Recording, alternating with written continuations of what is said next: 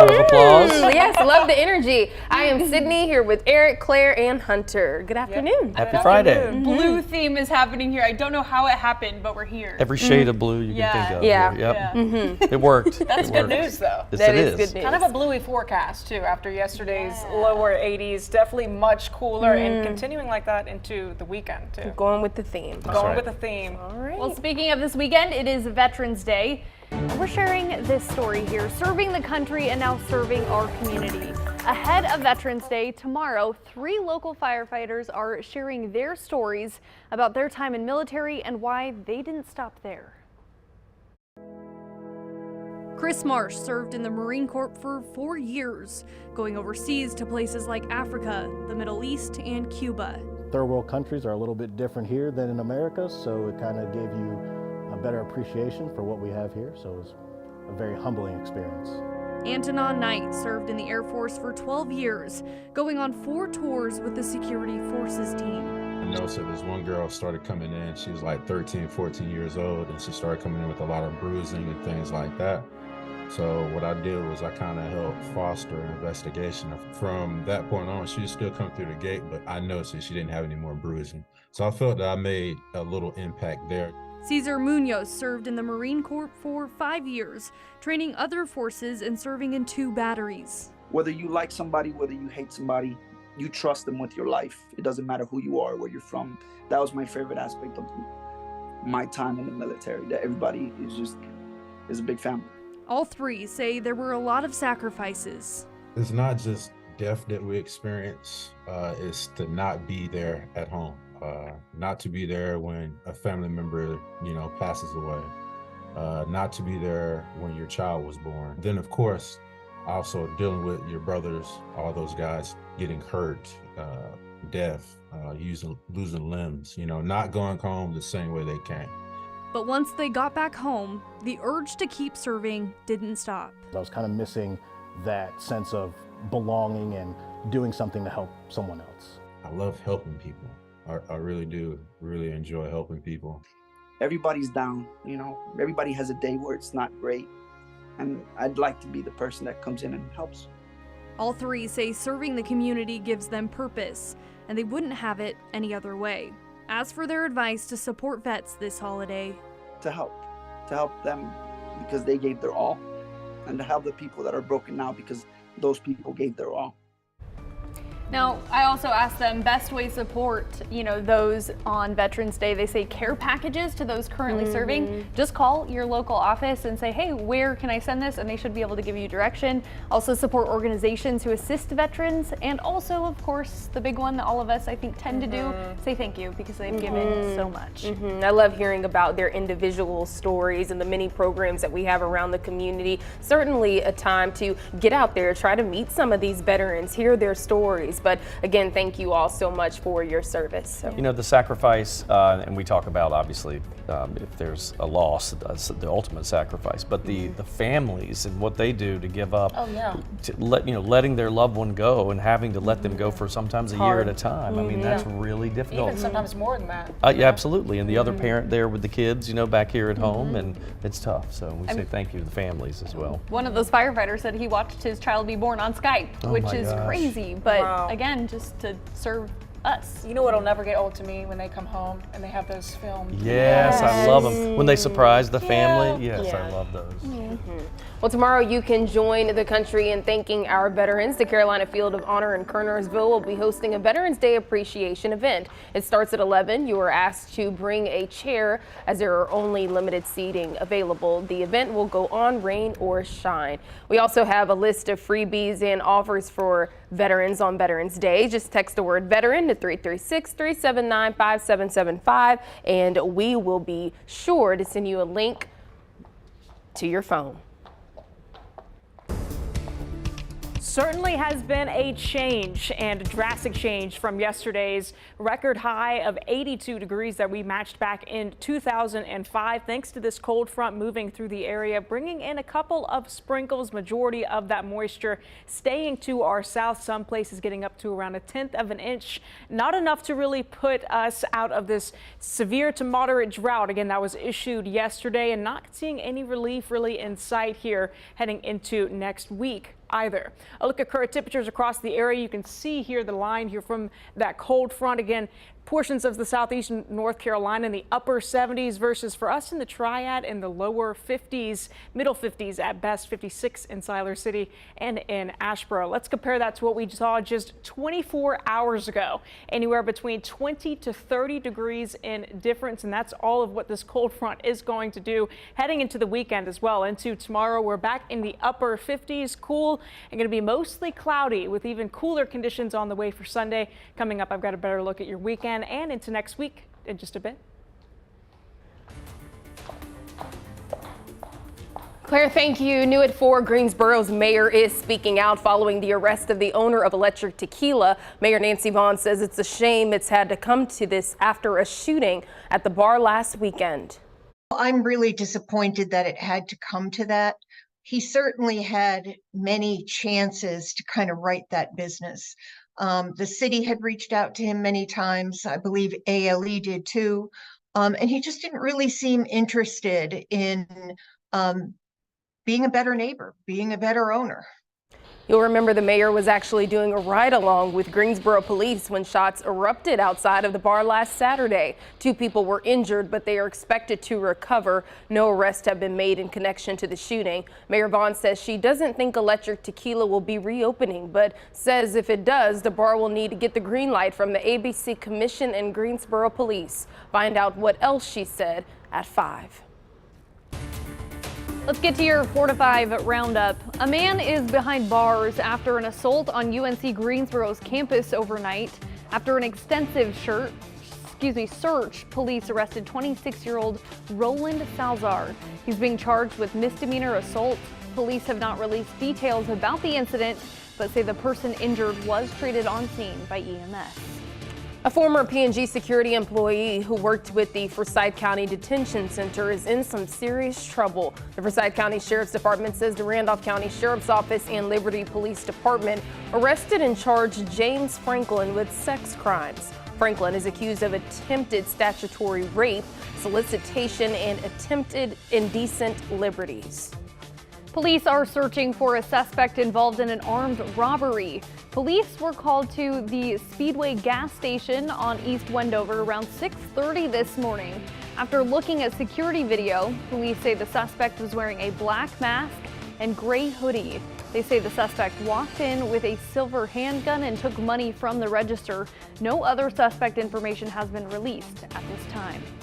Winston-Salem police say investigators have run into issues with vigilante groups recently. The police department didn't expand on what specific incident it was talking about, but they say several groups have started doing their own criminal investigations. The police department says evidence gathered by civilian groups cannot be used in their investigation. Officials are urging people to let their Internet Crimes Against Children team do their job. We'll be right back.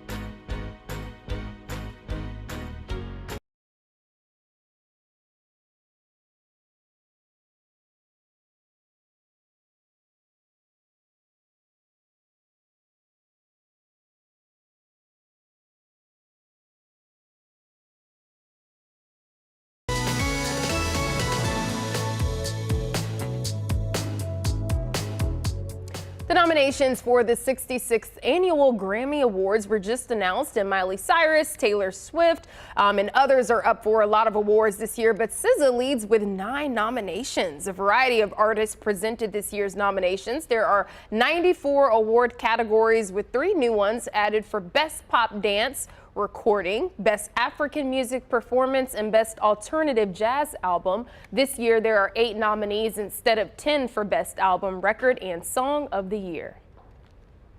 It's a time for the music community to come together and celebrate the year in music, to shout out, to honor, and give recognition for one another. Olivia Rodrigo, Janelle Monáe, and others are up for Album of the Year. The Grammys will be held February 4th in Los Angeles, and it will air right here on WFMY News 2. And we will also be airing all your holiday favorites this Thanksgiving and Christmas season. Our lineup includes Rudolph the Red-Nosed Reindeer, Frosty the Snowman, and Frosty Returns, Robbie the Reindeer, and Reindeer in Here. We'll also be airing the National Christmas Tree Lighting, Big Brother Reindeer Games, and a lot of CBS original holiday movies. The 25th annual Home for the Holidays, a Mariah Carey music special, and the New Year's Eve Live Nashville's Big Bash. Well, if those get you excited, those Christmas movies, I have a deal for you. CableTV.com is looking to pay someone $2,500 to watch 25 holiday movies plus a year of 7 streaming services. The job is, get this, called Chief of Cheer. That was pretty intense. You'll have to keep track of each movie you watch and rank it in 3 categories: nostalgia, heartwarming, storytelling, and holiday cheer. The only catch is you have to watch them within 25 days leading up to Christmas. The winner gets to pick the movies. I would love to be Chief of Cheer. The Chief if of you Cheer. ask me. The COC. The COC. Yes. COC. Did it say how they know you're watching it? Like, how do they? I don't know. very But good it's a point. contest. You enter and then they pick somebody. The winner gets the money, but you have to watch. I mean, it's 1 a day for 25 days. That's not bad. That's not at all. bad. You can do that. Yeah, I definitely could do that. Sign me up. Y'all Yeah. can definitely do that. Without kids, with me, might be a little tough. You're just running around. You're like, okay, wait, I gotta do this. You and sit like, down, you go over there. Everyone just watch a That's movie right. every day. Do you guys have a favorite holiday movie? It's hard to Tons of think them. of one though, because I there's so can't many pick good ones out one. there. Yeah. I mean, I guess over the years we watch It's a Wonderful Life and Elf and Christmas Vacation. Probably. Christmas Story. Christmas Story, I love that one. Story We is watched really that one all good. together as a Home family. Alone. Home Alone, yeah. I'm the Die Hard guy too. I actually I think Die Hard's a Christmas You said, movie. can you give me Yep, some? yep. Woohoo! I liked it so much. is. Oh, Die Hunter's Hard is- saying new. It is. No. Sorry. Disagree. I love me some John McClane. I should make a poll on my Facebook. Oh, I'm gonna yeah. do it and maybe Do Okay, that. people, we can back bring me it up back. on this poll, please. Do you think Die Hard is a Christmas movie? I'm gonna make a post on Facebook. We'll do I'd it. love to hear your responses. We'll be right back.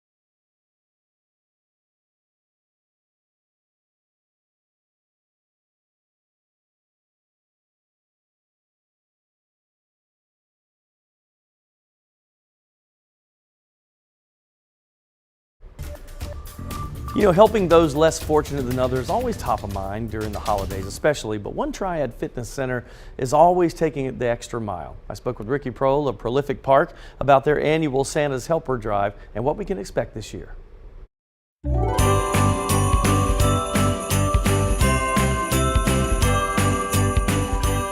So we see toys. A lot of you think of Santa Claus, and this is our local Santa Claus here. Hey, Ricky Prohl, we're with the Prolific Park, and you guys, tell me about this event. And how long have you been doing it? Oh my gosh, that's a good question. It's a long time. It has. It's probably, I would say though, Santa's Helpers and is probably around 10-ish years, but it's grown tremendously. It went from helping 50, 75 families to over 350 now. Now, how does it work? What do you guys do? It starts with our angel trees. We have little tickets on each tree that has families or children, their wish list, so to speak. And I can't say enough about the community and the support we have from members of the park to D.H. Griffin, KBP Foods, that help us shop for these kids and their families. I mean, and what a great experience, because I've done it with you once where we went out, and when you get to shop for these kids and families, like, what a great feeling. It's awesome, and I tell you what's funny though, Eric, it's a lot harder than you think, especially when you're digging, looking for pants for an 8-year-old, whether it's, you know, or infants, where it's 2 T's, and then, you know, you're trying to find 4 T's, 2 T's, and for me, I'm always trying to get cool outfits. You know, I want these kids walking around having swag. So see, look at those guys. Yeah. What do you wear? That says it all. Everything's right got to match. That's right. That's the way it works. And that's what I try to do for these kids. It's funny when you said looking for 2T and 4T. It's been a little while since you and I have had to shop for long time. Long time. So, you know, gray hair, no hair. It's all the same. Yeah. It's such a great thing you guys do, man. Thanks for doing this for the community. Well, we appreciate it. We appreciate the support of the community. It's a warm feeling, isn't it? It is. Very good. All right, thanks, Ricky.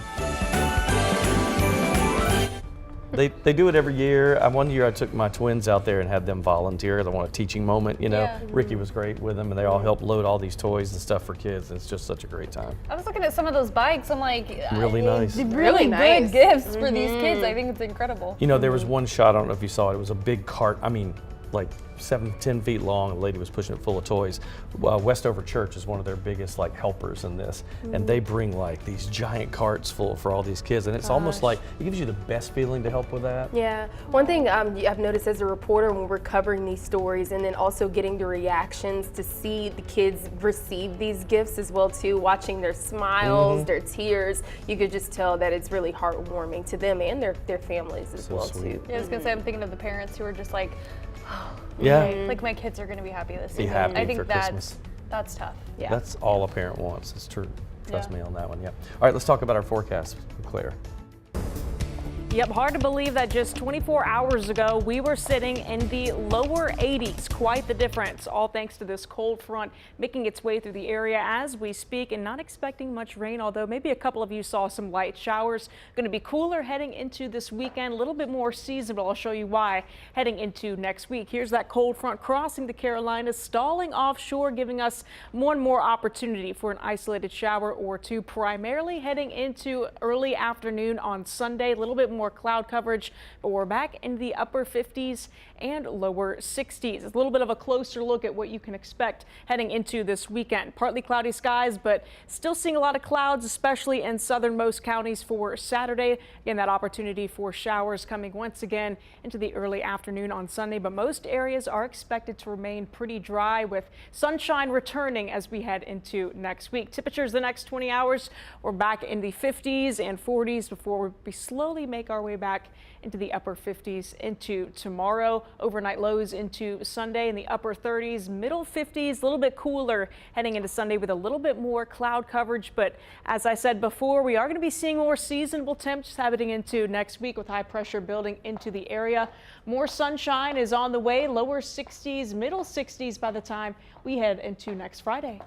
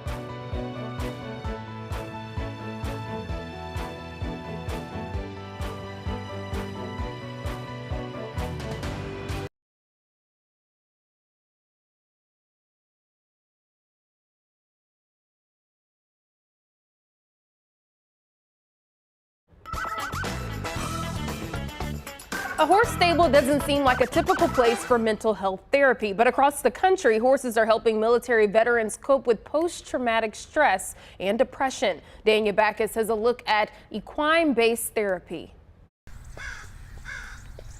On this ranch in Solvang, California, Marine veterans are making a special connection with horses. It's far beyond anything I could have ever comprehended for myself. After deployment to Afghanistan, Marine Corps veteran Susan Welch says she was left struggling to cope with a traumatic brain injury and post-traumatic stress disorder. I drank a lot, I whined a lot, I just didn't have any kind of purpose, just floundered along. My relationships went down the drain. After trying different therapy methods, she came to Monty Roberts' Horse Sense and Healing. We're going to go for a 12 o'clock join up now. Roberts, who was Queen Elizabeth's horseman, revolutionized horse training by using gentler methods. He believes establishing a trusting relationship with a horse can have deep healing power, demonstrated by a veteran trainer at Roberts' latest retreat. The horses are the difference. You can only talk human to a certain degree.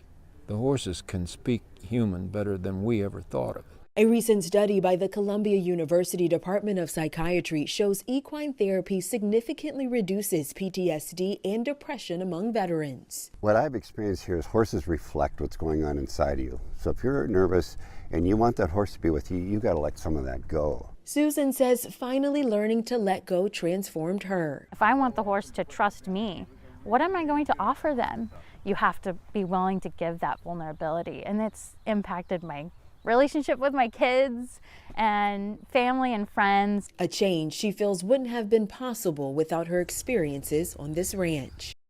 Yeah, I just want to bring up the point that he made when he said that they can take on your energy. Kind of when you're on them, they can feel whether you're sad, whether you're happy. In fact, I have a good friend who really loves being on horses, and just recently she just wanted to get out and you know, get her mind off of things. And she said she could, I don't know, it was just like a feeling that she experienced with the horse. Isn't that so interesting? That makes sense. I mean, I'm sure there are lots of these organizations, but one locally called Horsepower, and they do children with disabilities, and they get them on horses, and the bond that I've gone to their fundraising gala before, and they tell the stories, and it's amazing. I grew up riding horses for a couple of years, and I absolutely loved it. And I definitely felt like I had a more personal relationship with some more horses that I would ride more some days than in others. Yeah, isn't that crazy? We're friends. So, yep.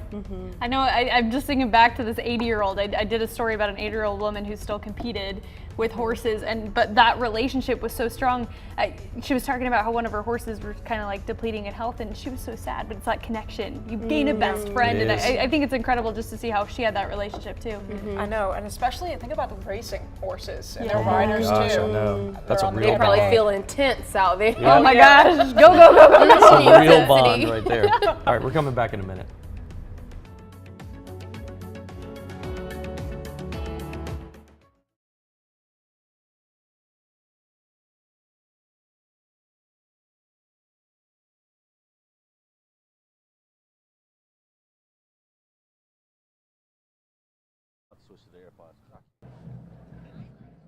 I like the seasons.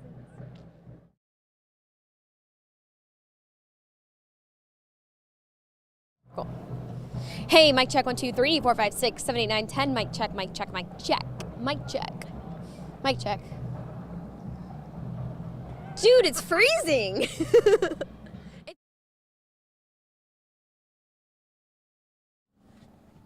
Mic check, Jalen, 1 2 3 4 5 6 7 8 9 10. I'm here with Bramon McCray and Jonathan Paler from the Cummins Cavaliers. Yeah, hey, my director, bro, big NC State fan. Right. Yeah, he rocking with you, bro, for real.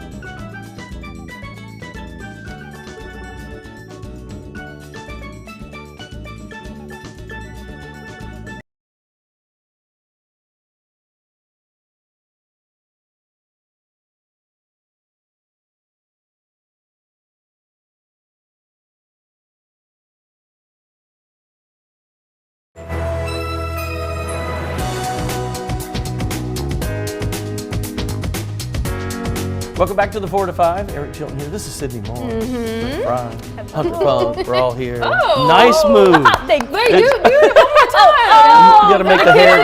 Very nice. Very nice. All right. Well, happy Friday to all three of you. That was a Friday dance for Yeah, sure. can you tell? Can you tell? It's a Friday bonus. That's what that was. And I love the energy, so let's keep it up for Amanda because we're going to talk sports. If you guys are let's excited go. about that. So UNC Greensboro students are preparing to storm the streets ahead of the Battle of Market Street. Yeah, tonight's UNCG men's basketball team takes on North Carolina A&T. WFMY News 2's Amanda Ferguson joins us live from Spartans campus. Hey, we are here at UNCG's baseball stadium. The gates just opened moments ago to let everybody in. We saw about a couple hundred students lined up around the corner here. I asked the first person in line, and he said he was here at 3:30 to get ready for this. Now you can see they're going to have some activities here. There's some food and giveaways. They're going to hang out here for about an hour, and then around 5:30, they're going to line up at that arch on the other end, and they're going to start storming their storm to the Coliseum to cheer on UNCG and NCA&T in their first game of the season. Tip-off is set for 7 p.m. over there. Guys. And it's not just our Greensboro schools facing off this weekend. Over in Central North Carolina, it's homecoming week for UNC Chapel Hill. The Tar Heel football team will go up against the Duke Blue Devils in the battle for the victory bell. The game kicks off tomorrow night at 8 o'clock at Kenan Stadium. Plus, over in Winston-Salem, Wake Forest is hosting NC State in a cross-state matchup. That game is at noon. You know that noise. It is time for our Friday Football Fever Game of the Week. It's game day for many of the Triad teams still in the playoffs, including Southeast Alamance. The Stallions are making history, advancing in their playoffs in their inaugural season. WFMY News 2's Jalen Gilkey joins us live from Cummings High School as the two teams prepare for the playoff rematch. Jalen?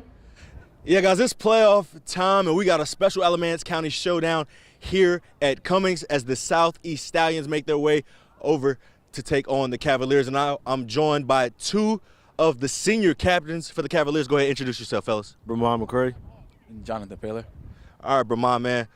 I know you guys have faced Southeast just 2 weeks ago. Yes, Beat them by 33 points. What are you guys going to have to do tonight to replicate that performance? For one, we can't sleep on them. We got to give it to them again. Let them know that there's no hope for them. Like, come back, play harder again. And in that performance, Jonathan, you scored 7 touchdowns, which you just told me wasn't the most you've scored in a high school game. What's your impact going to be tonight? I know they've been keying in on you all week, ready to go in practice, but is it going to make a difference? For me, overall, we got to start off defense. Defense is going to be the big game tonight. We have to play up to the things because overall, we don't have some of our players, but overall, we just play defense. But me, overall, on the offense, everybody keys on me. That's just a big factor of being a big-time athlete in North Carolina. But overall, just really get back down and run the ball. And I know you guys have made it to this point in the playoffs previously before. So how does that experience come into play with Southeast being in their first year as a program? We just know it's win or go home. And I don't want to go home as no senior, bro. It sucks. And what do you think is going to be the number one thing that you guys are going to have to do tonight, Jonathan, just to make sure you guys bring home that dub tonight? As I said again, defense. Our offense has really established themselves to know that we can score 40 or more points a game, but overall, just defense. Perfect, man. And kickoff between Southeast and Cummings will be right here at Hugh Cup at 7 p.m. Back to you guys. All right, thank you, Jalen. Well, the Panthers, they cannot catch a break, can they? They lost to the Chicago Bears last night on Thursday Night Football. You know, a lot of folks saying the game was slow, only 2 touchdowns scored the entire game. And the Panthers offense never found the end zone. Carolina's only touchdown came from a punt return in the first half, sending the team into the locker room with a 10-9 lead. That was the score at halftime. Former Panthers running back Donta Foreman scored a touchdown in the second half, giving them a 16-10 lead over the Panthers. The Panthers had 1 second-half field goal and a missed field goal with under 2 minutes in the game to tie it all up. The Bears squeaked away with that 16-13 win. The game didn't have any major implications on this season, but the Bears do have the the Panthers' first-round pick for next year. The more the Panthers lose, the better it works out for Chicago. And like many Panthers fans, the expectations this season were higher than a 1-8 record, but none were higher than this hot task from Panthers wide receiver Adam Thielen. So before the season, he said he thought there was a real chance for this team to win the Super Bowl. Fast forward to today, that prediction is most likely impossible. Well, here is something to cheer up fans. We just wrapped up this week's Panthers trivia game. To win 2 tickets to a game next month, we'll announce the winner on air tonight at 11, since we are the official home of the Carolina Panthers. We've got 2 more giveaways coming up. Week 3 of trivia kicks off next Monday at noon. Well, if you were lucky, you may have saw some light rain in association with this cold front, bringing in much cooler air across the triad. Here it is right behind me on the satellite and radar, with most of that moisture beginning to fade out and sit to our south, but that cloud coverage lingering across our area. You can see it. You can basically cut it with a knife here, that cold front right there. 78 currently in southeastern North Carolina. Warm weather fans, I know you'd love to be there. Lower 50s in the triad, and pretty chilly across the majority of our area in the lower and middle 50s, with winds out of the north ushering in that cooler air thanks to that Canadian high pressure also sitting to our north. Heading into tomorrow, mostly cloudy conditions. Could see some peaks of sunshine. We're back in the upper 50s. Again, pretty seasonable for this time of year. Finally getting a kick back into what November normally feels like. Again, normals sit in the lower 60s. We're back in the 50s, upper 50s, turning a little bit more seasonable heading into next week as we sit back in the lower and middle 60s. Well, it looks like those fires still blazing in western North Carolina, the biggest wildfire being the one at Collette Ridge. It has spread to over 4,300 acres. Now, the fire was once viewed as something good for the environment, but now it's starting to become a concern for residents, as now it's threatening 16 structures. Firefighters have only contained about 5% of those fires. Just over 100 miles away, firefighters in Hendersonville are still working to put out the flames there. That fire spans over 400 acres now, with only 30% of it contained. It has damaged 5 buildings and caused other property damage. 2 firefighters suffered minor injuries. They have been treated for those injuries. And meanwhile, just over state border in Patrick County, Virginia, crews had to close roads there because of the wildfires. The Department of Transportation closed highways while crews worked to contain that blaze. It has burned over 1,000 acres of land, with 50% of that one contained. Let's get to your 4 to 5 roundup now. Palestinians evacuated hard-hit Gaza on Good Friday after Israel said it had agreed to a daily 4-hour pause in the fighting, at the United States request, that is. Now, Israeli claims Hamas uses the hospital complex as a command center, which the militant group denies. Hamas is still holding more than 200 Israeli hostages. The Biden administration is working to secure the release of hostages, including a number of Americans being held. The president believes the pause in fighting may help. The FBI and investigators from the U.S. Postal Service are looking into more than a dozen letters, some containing trace amounts of fentanyl, that were sent to election offices in at least 5 states. Workers in some of those offices were processing ballots from Tuesday's election. In some cases, the buildings were evacuated, interrupting the counting of votes. Existing single-family home prices in the U.S. rose in more than 80% of metro areas from July through September. That's according to the National Association of Realtors. By region, prices rose just over 5% in the Northeast and the Midwest, 1.7% in the South, and 0.6% in the West. It comes as the average 30-year fixed mortgage rate fell for the second week in a row to 7.61%. The IRS has released the new income levels for its 7 tax brackets for 2024. The agency says it has adjusted its brackets upwards by 5.4% due to inflation. Filers will use the new brackets when they file their taxes in early 2025. More information on the new income levels can be found on the CBS News Money Watch website. Well, if you thought a DiGiorno Thanksgiving pizza was out of hand, then how about this? Baskin-Robbins said, "Hold my beer." Check out the new ice cream flavor they're debuting for Thanksgiving. It's called Turkey Day Fixins. The dessert is a combination of sweet potato and autumn spice ice cream with honey, cornbread pieces, and ocean spray cranberry sauce.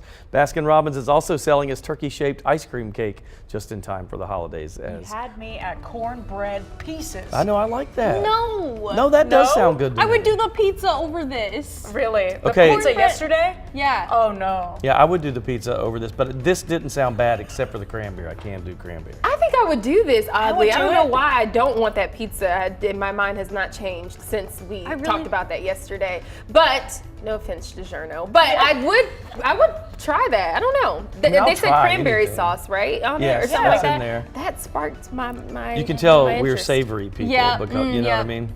I think we should do a taste test. Like, I think we need to all try this and then report back because I feel like I am being very judgmental of these things. In full transparency. We should do that. We should definitely try it out. All right, I'm in. We're going to take a break. We'll be back.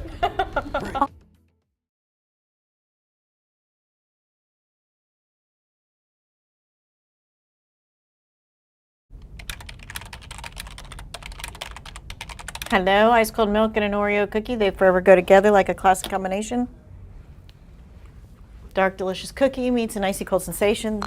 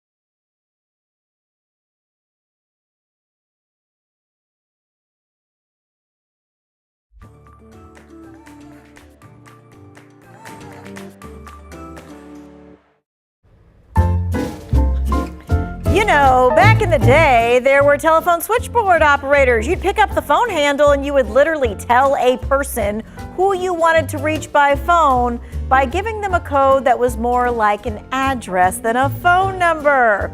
All right, eventually, there weren't enough human operators to keep up. Truth. So in the 1940s, the Bell Telephone Company came up with the automated system that we know as an area code, but it's called the North American Numbering Plan. Originally. Originally. What do you think about those switchboard operators? I'm learning something new today. That's My why aunt Had you ever seen that before? You ever seen them connecting calls with? It's in old movies a lot. I feel like I have. I Yeah. feel like I have. My aunt was one. There's actually a small switchboard at the Greensboro Historical Museum. Nice. So if you go in there, there is a small one that you can see how people used to do that back in the day. That's crazy. And they'd be like, 8 Butterfield, you know, such and such, or 21 McCrory, and she'd be like, please hold. Just a minute. And like plug stick it in. That's so interesting. So my aunt was a Southern Bell operator, and my dad said, because this is when Winston-Salem was a lot smaller, and he said sometimes he'd dial operator, rotary. Right, yes. And she has a really strong Southern accent, and he said I could tell it was her. She'd say operator, and my dad would say, hey Joe. She goes, oh hey Bob.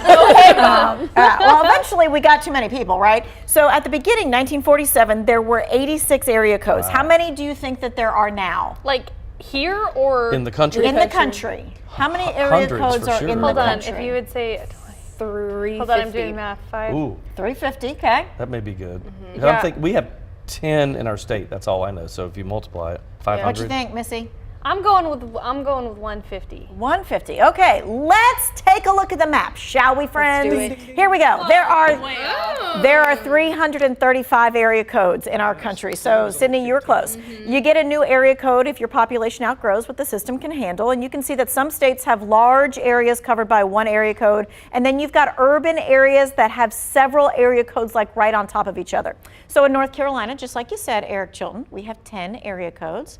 You can look to the east and you see a very rural area there like the Greenville area, 252, so that's a whole big old area. Then the metro areas like Raleigh, Charlotte, Greensboro, even those in the southeastern part, they have 2 area codes to split them up. I feel like we would have more. I don't know why. It seems like a lot. Well, see, I grew up with 2. It was 919 from here east and then 704 Charlotte west. That was it when I was growing up. My whole state Yes. grew up with One and area in code. 2017, you guys. So it wasn't that long ago that we just switched to 2, and it was controversy. Yeah. Everybody was so sad. People 'cause, hate it. Yeah, you're known for your area code. Well, on your state. that's where I'm getting it, because today is National Area Code Day, right? And it is not just a number. I do think it is part of geographic, like, you know, identity. Yeah, like I have a 208, you know? The people who just barely get their phones, they don't have that. So And you're not like, cool, right? you're not the OG. Exactly. That's right. That's right. Okay, so I grew up in South Florida. My family has been there forever. So we grew up with the 305, right?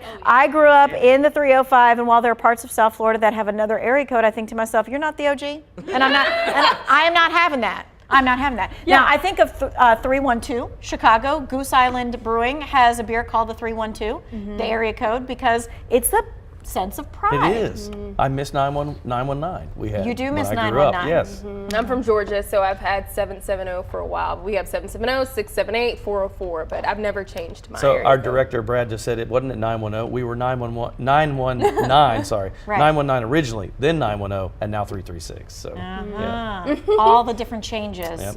Happy Area Code Day, friends. Call someone up. Hello. 919.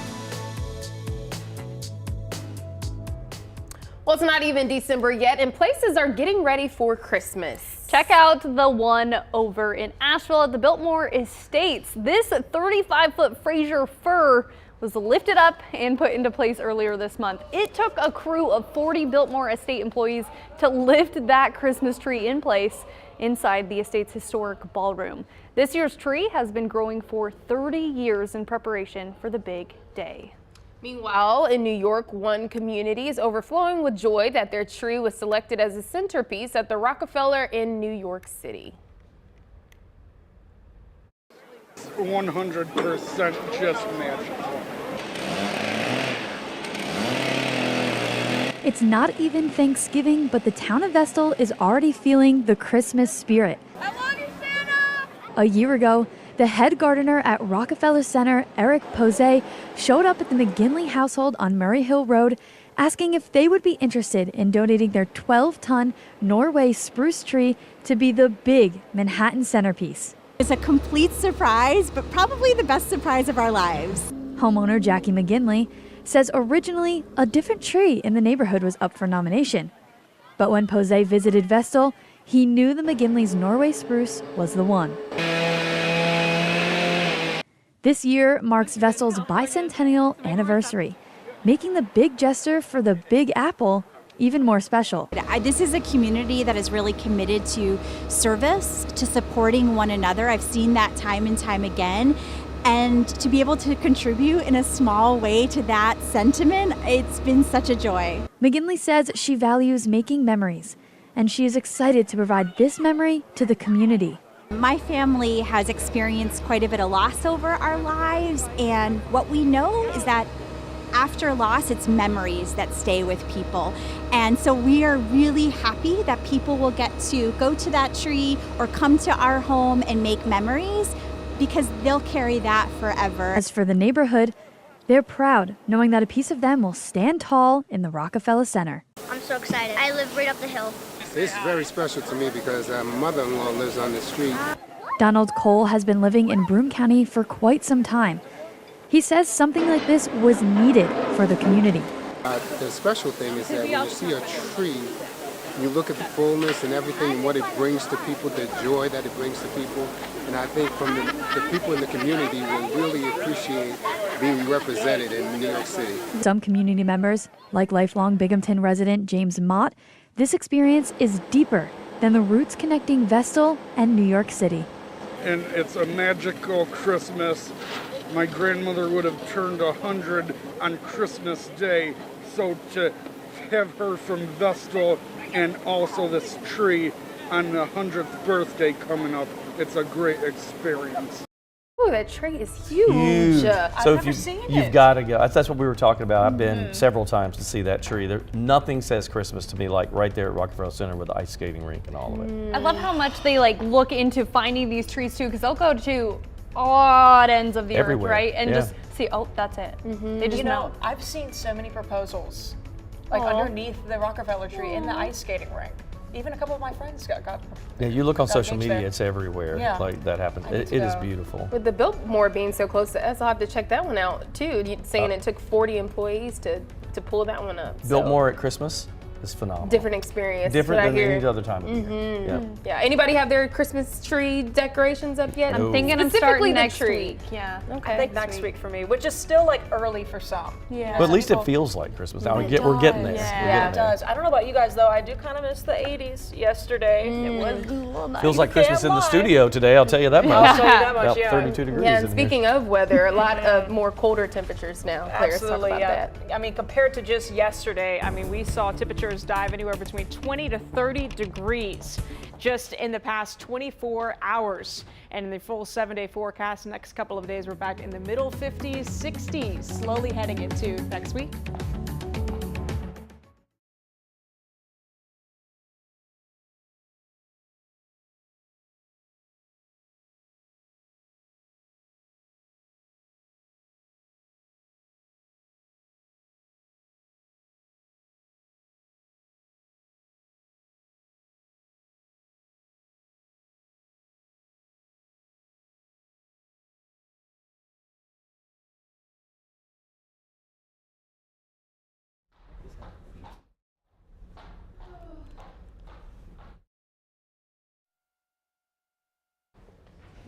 Hi there.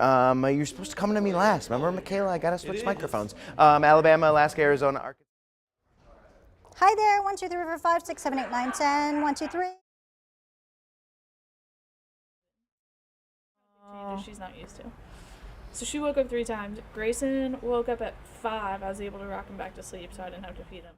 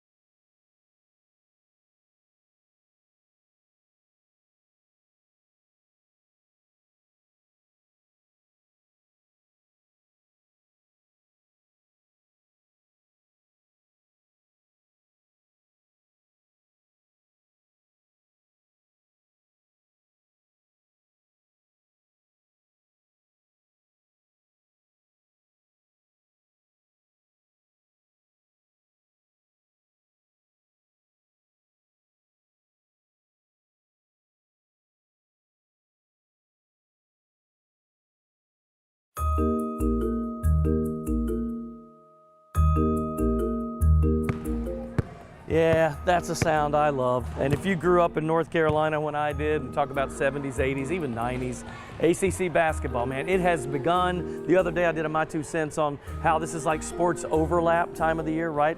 Football, then football to basketball, hockey's out there. It's just nonstop. But the sound of that ball and the squeak of the tennis shoes on the court, that just brings back so many memories for you if you grew up in North Carolina. Now, so, thanks, man. So, you know, there we were. We'd be in class actually on Thursdays and Fridays for the ACC tournament. They would actually not have class. They'd roll a TV in and we'd watch basketball. Thank you. Yeah, I know, not bad. That wasn't bad. Anyway, ACC basketball in full swing, left-handed. So, I mean, it's multiple games a week, right? I can hardly keep up. Wait a minute. No, look. Oh, there we go. Whew. The bottom line is, it's ACC basketball time, people. And I have a pretty good game. That's just my 2 cents. That's your 45. WFMY News 5. Oh, the luck's out. Starts now.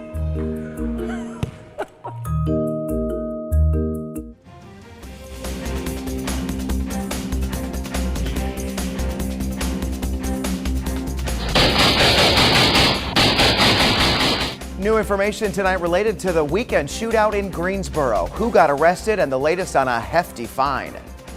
Open enrollment is underway, and if you're having trouble deciding what to choose, an insurance expert is sharing what you need to look for.